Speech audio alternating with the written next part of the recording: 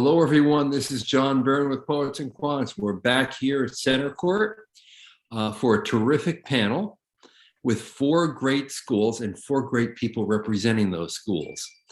We are going to talk about the MBA, of course, finding the right program for you. We'll get into a lot more than just that, of course, including the differentiating factors of each of these great programs.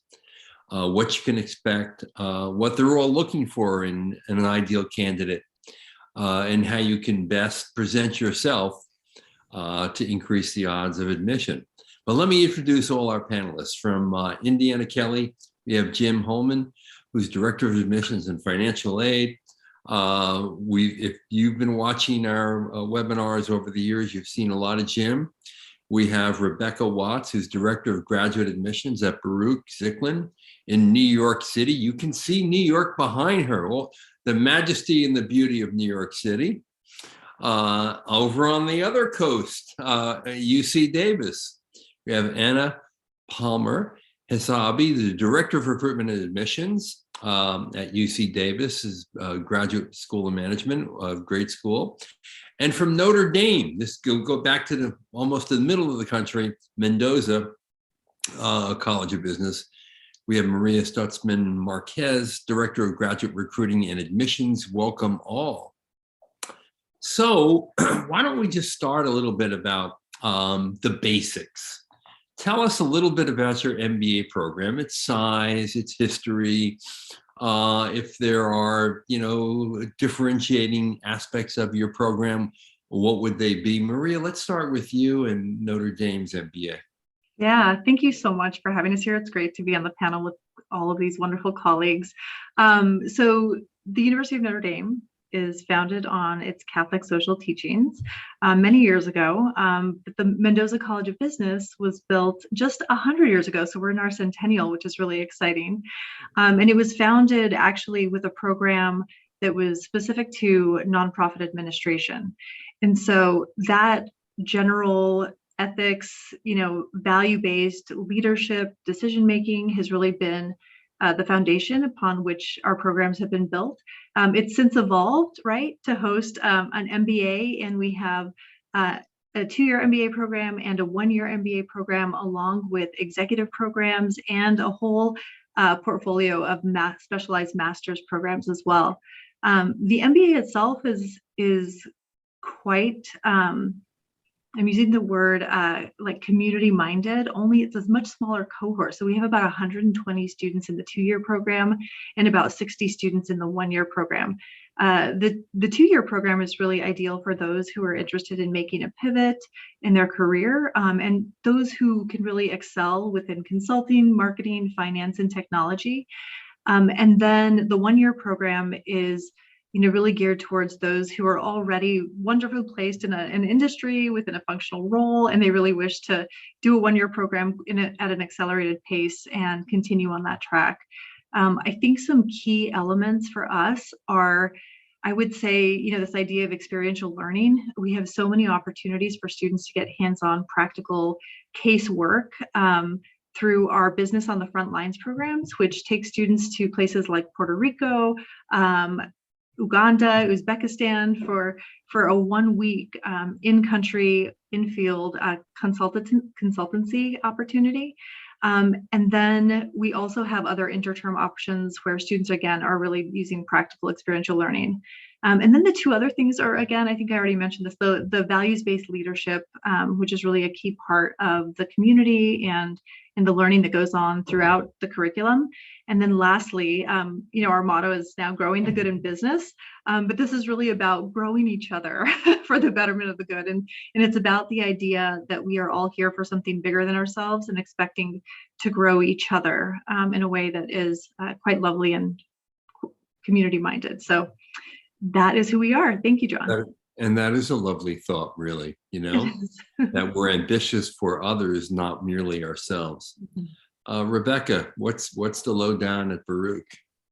Yeah, so Baruch College started, in terms of the mission of the university, the big mission has been accessibility to education that's affordable to the people of New York. And Obviously, we are an international global program now, but it started in about 1847 as a business school. It was the first free academy, and it was made to be able to allow people from all backgrounds. A lot of people that couldn't get into some of the top schools in New York were able to get in and have education accessible to them. And it actually started as a business school, a school of commerce in Manhattan. And then it evolved into a college and part of the City University of New York system.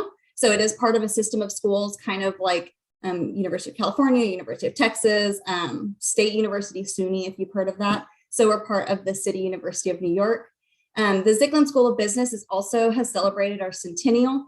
And so we've been around for over 100 years. Wow. And the full-time MBA at Baruch College is much smaller. So we consider it a pretty intimate cohort. So it's actually around 30 to 40 students a year starting in the fall. And they start and move through the program together. It's a 2-year program. And one of the things that students really appreciate our program is that we have custom specializations. So there's a lot of flexibility for them there. And we can talk about that later.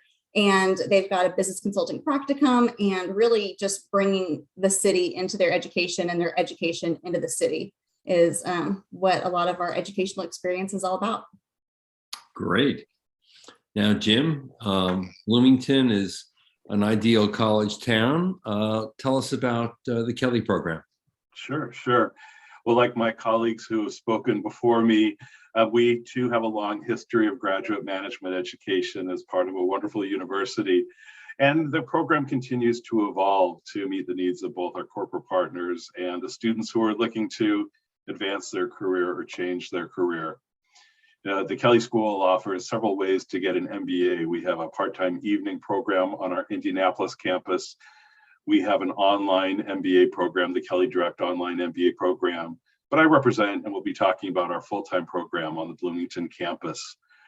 We are in the business of helping our students achieve their career goals, their career dreams, and we have been especially successful in helping students with career transitions. We certainly have students looking to advance the career path they are already on by building new management and leadership skills, but we also do a great job of helping people make some pretty radical career transitions. We have a great focus on coaching and development. Our students don't go through the program alone. Not only is it a collaborative culture amongst the students, but they will be working with a career coach throughout their 2 years. They'll have an academic advisor. In their first year, they will be assigned a second-year student as a peer coach. And they'll have a faculty member that they work closely with that's aligned with their functional interest. Like the schools that have reported before me, a lot of experiential opportunities as well. And I think it's so nice to have those opportunities to take what you're learning in the classroom and actually apply it, both as preparation for your internships and full-time positions, but just to really kind of test your abilities. And so we have global consulting projects. We have local consulting projects. We have a program called MBA academies that people join based on their functional interest that really provide a bridge between their classroom academic experience and their future careers by providing networking opportunities, company visits, sessions focused on really how they'll take what they're learning in the classroom and apply it in the world of work, opportunities to prepare for their interviews and live consulting projects as well. So those are just a few of the things that highlight kind of what is possible with a Kelley MBA. Great, thank you, Jim. And Anna, yours is an intimate program. You admit a small cohort at UC Davis. Tell us about your program. I do, yeah. So the University of California, Davis Graduate School of Management, we are an institution of learning, teaching, research, and public service. The university itself is over 100 years old, founded in 1905, but the business school is relatively young compared to some of the other schools here. We are celebrating our 40th anniversary this year, actually. So at 40 years old, we're relatively young, but we are the fastest growing business school in the US in the past 5 years. We've expanded with several other programs. So of course we have, we're talking more about the full-time MBA, but We have 4 other MBA options as well. We have our part-time Bay Area campus and our part-time Sacramento. Then we also have the first online MBA in the University of California system with our virtual space. We also launched, prior to the pandemic, the Masters of Science Business Analytics, and that's going to be our San Francisco campus. So UC Davis is located in the Northern California's Global Innovation Hub, but our main campus is, like some of my other colleagues here, a quintessential college town. So the main building at Gallagher Hall is nestled right up against the Arboretum. So you're going to get a lot of really beautiful nature, flora and fauna. The program itself is a tight-knit community. We pride ourselves in aspiring others to achieve. We help others succeed. We build trust. Our collaborative leadership program attracts many students to come here and not only thrive in the rigors of the academics, but build who they want to be as a person and as a collaborative leader. And then I know, John, you also had the pleasure of interviewing one of my other colleagues and learning more about our industry immersions. But I'm happy to talk about that later. We are definitely known as a business school for hands-on learning, bringing industry leaders into our classroom to give our students some additional opportunities for that real world experience. A little bit more about what our cohort looks like. So for the full-time MBA program, it is a 2-year program. The classroom size is smaller, more similar to some of my other colleagues here. We bring in about 40 or 50 students each year, but across all of the MBA programs, you're looking at about 400 to 500 students at any time on the campuses. And then if you add in our online cohorts, we're getting into the thousands there. So that's a little bit about us, and I'm sure you'll give us an opportunity to share a little bit more later. Absolutely. Plus, you're near wine country, Napa and Sonoma. We are near wine country. It's lovely. Love to drink wine. You won't find a better place to drink wine than Napa and Sonoma. Northern California is a pretty great place to be located. Indeed. So, Rebecca, the title of this seminar is Finding the Right Program for You. Yes. What advice do you have for people who know they want to get an MBA and want to find the right program for themselves? So I think one of the first things, and this is kind of interesting to talk about, being the difference between the schools here. So again, we have some people with really classic quintessential college towns. Baruch College is in a skyrise. We call it the vertical campus because all the classes are kind of on top of each other. So it's an urban campus. I think one of the first things to think about is where you want to be studying and maybe where you want to be working after you graduate. So some people, the more internships, the more connections that they make in the place where they're studying, that can be really helpful for them upon graduation. So obviously, a lot of people aspire to work in New York City, and so there's hardly a better place to study and be working and networking throughout your studies. And one of the things that I think even is a unexpected benefit of New York for students is, for example, for international students, they have transportation. That's something I've worked at other MBA programs that are, not in a city, and students really struggle to get to internships. They have to get rides from others. You have as much of an ability to get to any internship, any job interview, any campus visit of an employer as anybody else. And I think that's really empowering for students. And that's kind of one of those things that people that want to experience New York City get a chance to when they study here. Our program is also smaller, so it's part of a cohort. And the smaller cohort really draws a lot of students to our program. We really look a lot for program fit whenever we do interviews, and teamwork is a really important aspect there, and just people's career goals aligning with what we are prepared to be able to support them to do. So there are some industries that if people are wanting to go into biotech, Baruch College in Zicklin is maybe not the ideal place for them. If they want to go to an area or an atmosphere where more is happening in that area, maybe a school in California or something like that might be a better fit. So I think that's one thing to think about is, what is a major industry, where you're studying. And then there's the customizations, I think, is a huge thing. Sometimes people really want to study something like, well, I used the example of healthcare earlier. We don't have a lot of healthcare classes within our MBA. And for people that have been maybe majored in business or something, and they really want to get formal education in healthcare, and they say that they want to go to Baruch, I'm like, there's maybe another school that's a better fit for you that meets the curriculum that you're really hoping to get. So I think it's really good, you know, for all of you joining here today to just be open to hear what the school and what kind of classes they do have, what's possible, and then being open to maybe, you know, pursuing a school that might have not been on your radar because of how strong they are in that area. Obviously, accounting, finance, technology, all of those things are huge at Baruch. So if you're looking for that, that's kind of what we're known for. But I think just kind of being open to what you want out of your experience, what kind of student community. Baruch is also very international. New York is international diversity, but also industry diversity. So we have a lot of people from the arts. We have people that went to Juilliard or Rockettes or Broadway. We have people that are architects, just such a wide range of background. And I think that that's something else that's really exciting. Not everybody is vying for the same job as a financial analyst. There are people that want to work in nonprofits and do a lot of different things. So I think that that's one of the things students really appreciate about our kind of small school feel community within a really big city. Yeah, so location and strength of a given program that may suit your passion are certainly two definite ingredients. What other things, Maria, should people be considering to find the right program for them? Yeah, thank you. And listening to Rebecca, I was like, all these thoughts are coming through and just like, yes, those are very important pieces. And so I kind of want to build off a couple of those.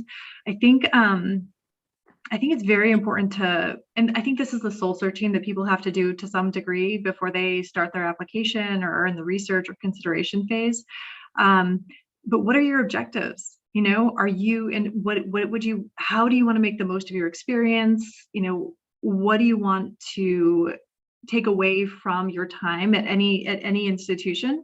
And so if that is like career outcomes, then research, you know, what career outcomes are at your, you know, the different institutions that you're studying. For some people, it's about the experiential, I don't want to say experiential learning. I want to say like the experience that you have in the classroom, like the actual curriculum. It might be faculty members that you're keen to, you know, be connected to in teaching assistant or grad assistant opportunities. So like if that's your jam, like start researching the faculty and the course descriptions, really dig into that. You might also, along with that, try to get a sense of what the arc of the learning looks like. So, you know, is the curriculum structured in a way so it's like your first year is all lockstep, or do you have more options? Would you rather have more options your whole experience, or would you rather have, you know, start to finish understand exactly the direction and the path that you're going? So, and, you know, are there courses that really resonate for you? I know that there are so many people and leaders out there who are interested in sustainability and, you know, making moves in healthcare and advancing, you know, education system. So figuring out like, are there people at the school that can actually help you to do this? So I would say, yeah, and you know, I want to leave opportunity also for other people to chime in because this is such a big question. But I would say those two things, like ask yourself the questions, identify your objectives and what you really want to make of the experience.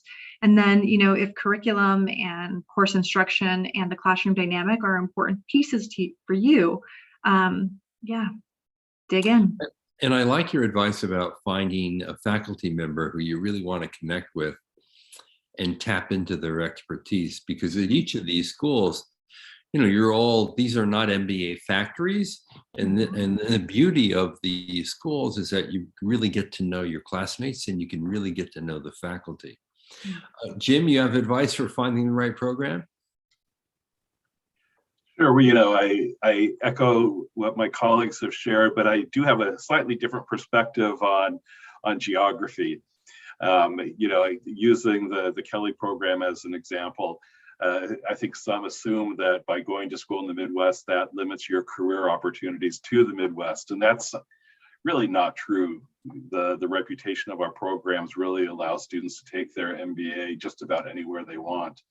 For our class of 2021, our last graduating class, 41% did accept positions in the Midwest, which will always be a significant percentage, not only because of our location, but the relationship we have with so many consumer product companies, Midwest-based and so on. But 30% of our graduates accepted positions in the West and Southwest, 22% in the East. So the reality is the strength of an MBA, the strength of a school's alumni network will provide great options.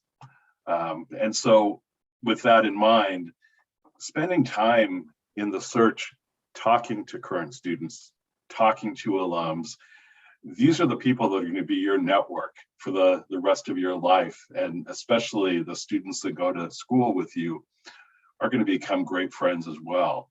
Are these the kind of people that you want to have as a part of your network? Look at the opportunities that they have pursued. Look at the companies they work for. Look at their career progression. And I think that's going to tell you a lot about what may be possible for you. Because ultimately, when I talk to our alumni and ask them what was the most memorable and valuable part of their MBA experience, they always say it's the people. It's the students that they went to school with. It's the faculty. It's the alums. And so they're going to have the greatest impact. Are these people that you fit with?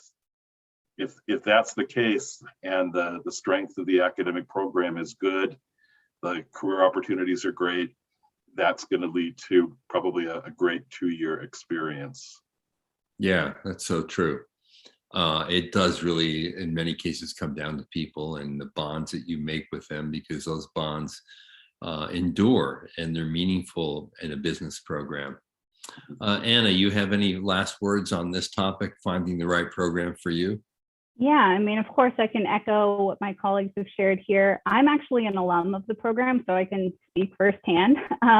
But to add a little different perspective here, I want those viewing this to also think about, what do you want as far as personal growth? Of course, you can look at the value of the education that's being presented, and all the prestigious programs offer high quality education, but how do you want to grow personally on this journey? So the focus on professional growth, personal growth is just as important. And so what types of programs are the schools that you're looking at? What have they developed in order to contribute to that personal growth? As an example, we have the collaborative leadership program at UC Davis, and I can speak firsthand to learning in the classroom and learning the tangible business skills doesn't always translate to knowing how to be a good manager or knowing how to be a good leader. And so you're going to want to look at the additional programs that the school has to offer of how it's going to contribute to your growth as an individual. The other thing that I'll add is, as you're looking at where to find the right fit, what type of lifestyle do you like living? What do you like doing in your free time? How do you want to spend your weekends? And so picking a location or geographic location, or a smaller program or a bigger program based on how you are as a learner and how you are as an individual. Are you someone that likes biking everywhere and biking to classes? At Davis, we have over 22,000 bikes on campus. So we are a bike-friendly campus, kind of aligns with our sustainable energy theme. But are you going to want to be going to Lake Tahoe and Napa Valley and heading into the city on your weekends? Or are you going to want to be someone that lives in the city? Because that's not where we are at. So definitely thinking about those types of lifestyle choices as you're picking a program. And to get a better feel for that, ask the students, ask the alumni. If it's a specific program like our collaborative leadership, maybe ask to speak to the program manager to hear more about it. So those are just some suggestions that I have about trying to find the right fit. Terrific. You mentioned a phrase, personal growth, and I want to talk a little bit about that, because people who go for an MBA, of course, you're going to learn the foundations of business. You're going to get your marketing, your financial, accounting, operations, strategy. But more than that, you're going to develop as a person.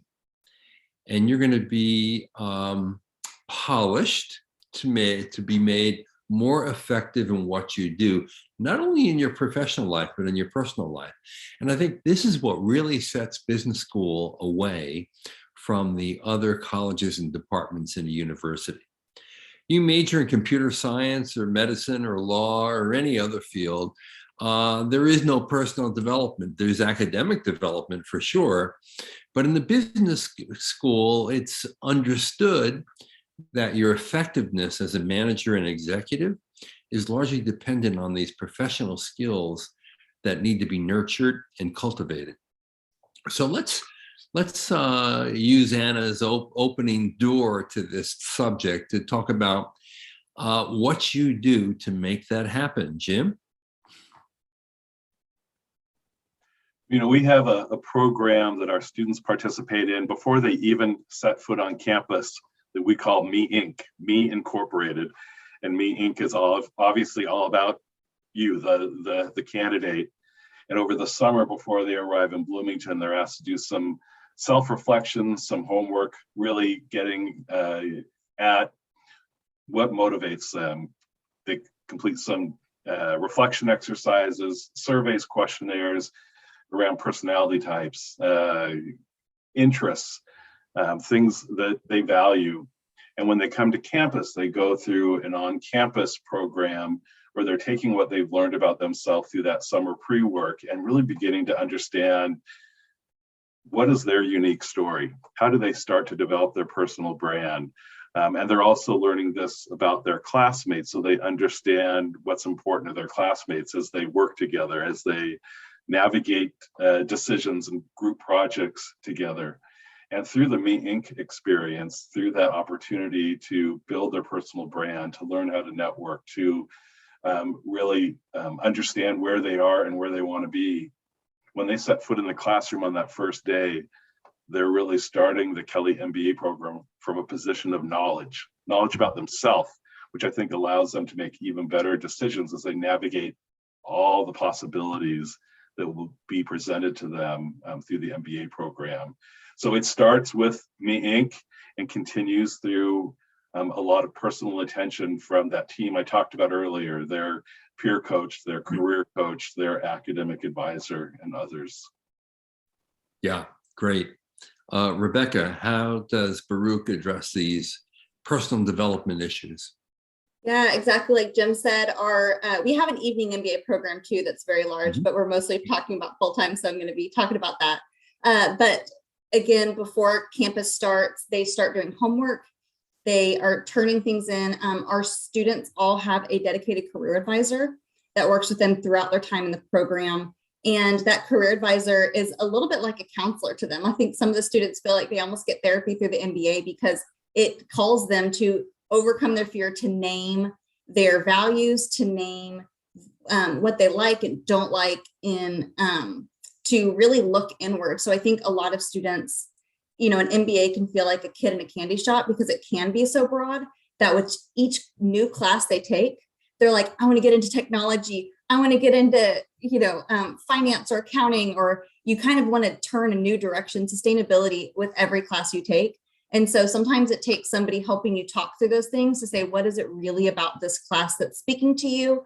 You know, how can you use the parameters that you have in class projects to focus towards what you want to maybe be able to show an employer that you've done within your project? So how can you kind of maybe focus a little bit more?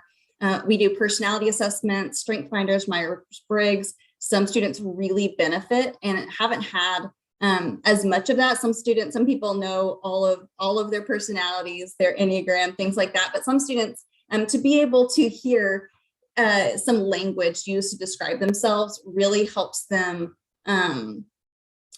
look at themselves closer and develop. And then one of the big things that we look at during interviews that we always ask each other is the student coachable? Because there is so much that can be evolved. There's so much growth. But if they're not coachable, that's going to be a concern for us. And so we have lots of different questions in the interview, and that we look for signs throughout their application that they're presenting on, are they going to be able to take feedback? Are they going to be able to evolve in the program? Because really in the business of being personally and professionally rewarding within what your educational experience is. So that I think it's really the relationship with the career advisor, hearing the things you don't want to hear sometimes, to be able to move forward and then think, okay, good, I got through that, you know. Yeah, because self-improvement is not possible without someone willing to be coached and mentored, and to face some of the weaknesses that they have, to build on the strengths and to minimize those weaknesses. Right, and we try to lead by example by asking for feedback and by kind of showing that we appreciate knowing, you know, how we can do things better. And so I think that they kind of understand that within the culture. And Maria, I'm sure you have a pretty rigorous program for leadership development and personal development at Notre Dame. Yeah, it's first of all, I love hearing about what everybody else is doing. It's just it's like so inspiring to know how attractive these programs are and how they're really placing a focus on those interpersonal dynamics and really the whole person, right? So at Notre Dame, it kicks off with a one-to-one coaching with their career coach. I wouldn't say that it's necessarily focused on personal development as much as it is like professional development and helping to guide like the arc of, you know, internships and then landing a role. But then I think that kind of evolves once you enter for orientation. We have a pretty extensive orientation period where it's really focused on leadership development. And we call it the tender, strong, and true leader. So you'll see that our football team wears strong and true, as maybe being tender on the football, you know, field may not be as good, but so but the idea there is to really cultivate this idea of inclusive leadership, servant leadership, and really empathetic leadership. I think that we're seeing this move away from like authoritarianism and really just this ability to communicate interpersonally to help people to, you know, become the best version of themselves. So I think our leadership is really focused on that. I imagine that there are tons of opportunities to do the self-reflection during that time. People walk away from that program saying that it really kind of built the foundation from which it became a new framework for them to work from throughout the rest of the curriculum. And then there are a lot of opportunities through like clubs and organizations for people to develop their leadership skills through that feedback that you're receiving from your classmates and your club members. But I'm hearing mostly that students are in this one-to-one kind of connection with each other and in the classroom. And because we have kind of established, to Rebecca's point, established a community of feedback and that we're all here to really support one another, you hear of those feedback sessions happening a little bit quite naturally, which is really wonderful. So I think it's a part of being embedded in the community, but also setting the precedent at the beginnings for who we are, what our expectations are as a member of the community, and then helping people to grow, not to be all like-minded, where the diversity is absolutely important, but to be able to have a place to start that conversation from is really key. So that's it probably at the highest level. Yeah, that's great. Now, all of you have been in admissions for some time, and I'm wondering, you know, what kind of students are you admitting? What are you seeing, and how have they changed? I mean, we talk a lot about how more young people are trying to align their work with their personal values, how more young people are trying to seek jobs and careers with not only money in mind, but more importantly, purpose, and doing some good in the world and good in society. And that this new focus is different from the way it used to be. Anna, do you see that? Yeah, absolutely. And that's where, you know, we've really placed a heavier focus on seeking students that have alignment with our industry immersions. You know, the four main areas of focus that we have are food and agriculture, biotechnology.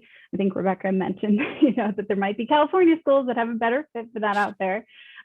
Technology financing and sustainable energy. And so a lot of the students that we're looking for, you know, to have strong backgrounds in those, you know, that's the profile of student that we're looking at. But to build upon, you know, we know that students aren't just test scores, and a lot of the universities have tried to develop additional ways to evaluate a student's profile just beyond those data points. It is hard for us to make decisions without those data points when students don't always present test scores.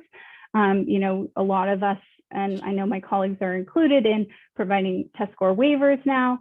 How do we make those evaluations? And so that's where having a really polished resume comes into play, just to make sure that we fully understand what are the experiences that you're bringing to the table.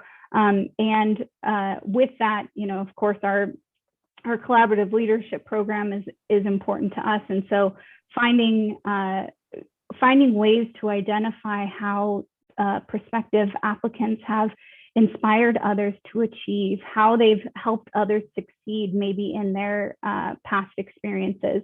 We place a strong focus on building trust and bringing positive energy to our classroom. Those are the types of people we want to see in our classroom. We try to build humble leaders that are willing to learn from others. And so being able to tell those stories through your personal insight questions as you're applying for the program, and show some of those examples of who you are as a professional going out into the world, and what type of person you're going to be in the classroom. Yeah, that's a good point. And Jim, I know you're also offering waivers on standardized tests. What do you look for beyond the academic credentials? Because you do have the undergraduate transcripts. And how do you assess a person's fit with the program? Sure. Well, you know, I think we really value those who are able to demonstrate some passion for things they've done in the past, passion for things they want to do in the future, coupled with people who have demonstrated, you know, past accomplishments, people who impacted the organizations that they've been a part of in the past. We look for transferable skills in whatever they have done. But, you know, with that passion for their future goals, we also appreciate a bit of open-mindedness as well, because the reality is the MBA is going to provide so many opportunities to learn new things. And we know students will come in and be inspired perhaps by a guest speaker, a professor, a class. And so it's that combination of passion and curiosity and open-mindedness, along with, as so many of us have shared, that willingness to be collaborative and to be successful with their classmates, but not at the expense of their classmates, that demonstrates a candidate who can really have a positive impact on the Kelley community as we help them achieve their goals. Right. And Rebecca, how does Baruch essentially assess candidates for the MBA program? Are you waiving standardized test scores right now or not? We do have a policy so that with students with a certain GPA that went to a certain type of institution are able to get the GMAT or GRE waived. Other students would need to take it. So we do definitely have that. And then, you know, in addition to that, it's just all the other aspects of your application, a polished resume. We really look for your why. I think a why is one of the, you know, the essay, I'm sure everyone has it, of why do you want to do this degree? What do you want to get out of it? If we can't find your why in there, that's going to be a concern, because you're going to need to be able to articulate why you're doing this, especially for a full-time MBA, why you're leaving your job to be able to pursue this, because 2 years is going to go by really quickly. And so we kind of want to hear them articulate it. There's another essay where they have a choice between 3 prompts. And in one of those questions, we ask, what's a social issue that you care deeply about, and how would you contribute to a solution? And we really look for the second part of that question, because a lot of students, we want to see how they think and how they would contribute to a solution. And you know, whenever people just say, I just hate bullying, it's terrible, and then that's where they stop it. We're just like, oh, we wanted to see you kind of like pull the thought, go a little farther. And then on another side of that question is, I think, you know, in terms of what we look for, I just kind of wanted to speak to what the students that come to Baruch in the Zicklin School of Business, how they identify themselves in our student population. And so one of our career advisors says that the students that go to Zicklin are scrappy but sophisticated. And I thought that was great because it's really competitive in New York. They've got to be savvy. It's real fast paced. We've had employers give feedback that they love our graduates because they're just as good as other MBAs that may be coming in, but less entitled. And so that's just, I think, just kind of one of those interesting things that people would see themselves and say, you know, that feels a little bit more like me, my people. And that's kind of, I think, gets back to the roots in the mission of how our institution was started and kind of the ethos that carries on through the program today. Maria, what would be a good example of a bad answer to why do you want an MBA? And then what would be an example of a good answer? I'm going to play off Rebecca's statements there. Yeah, well, this is a fun question to answer. So I might giggle through the whole thing. Just, I think a bad answer would be with a focus on the I statement, like I want to do this, I want to make this much money.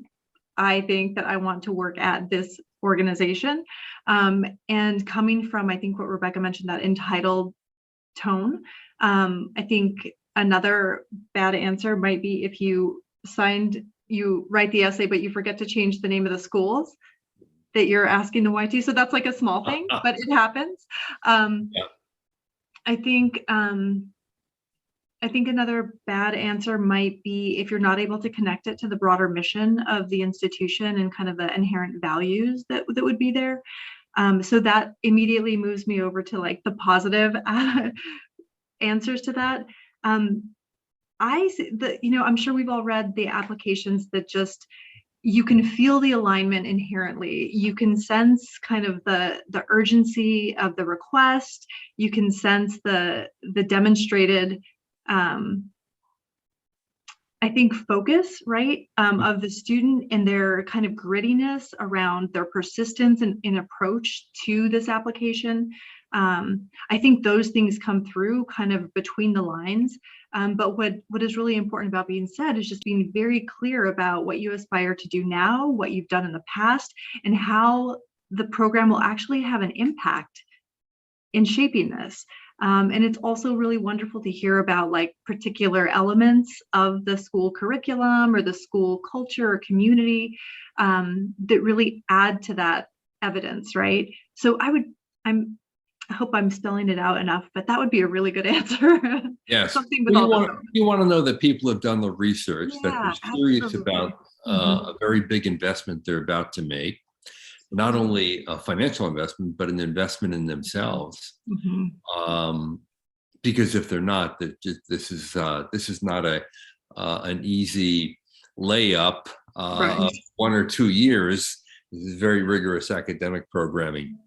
So let me ask each of you, if I were to ask your alumni about the highlights of the MBA experience, what would they tell me? Maria, we're with you. Why don't you go first?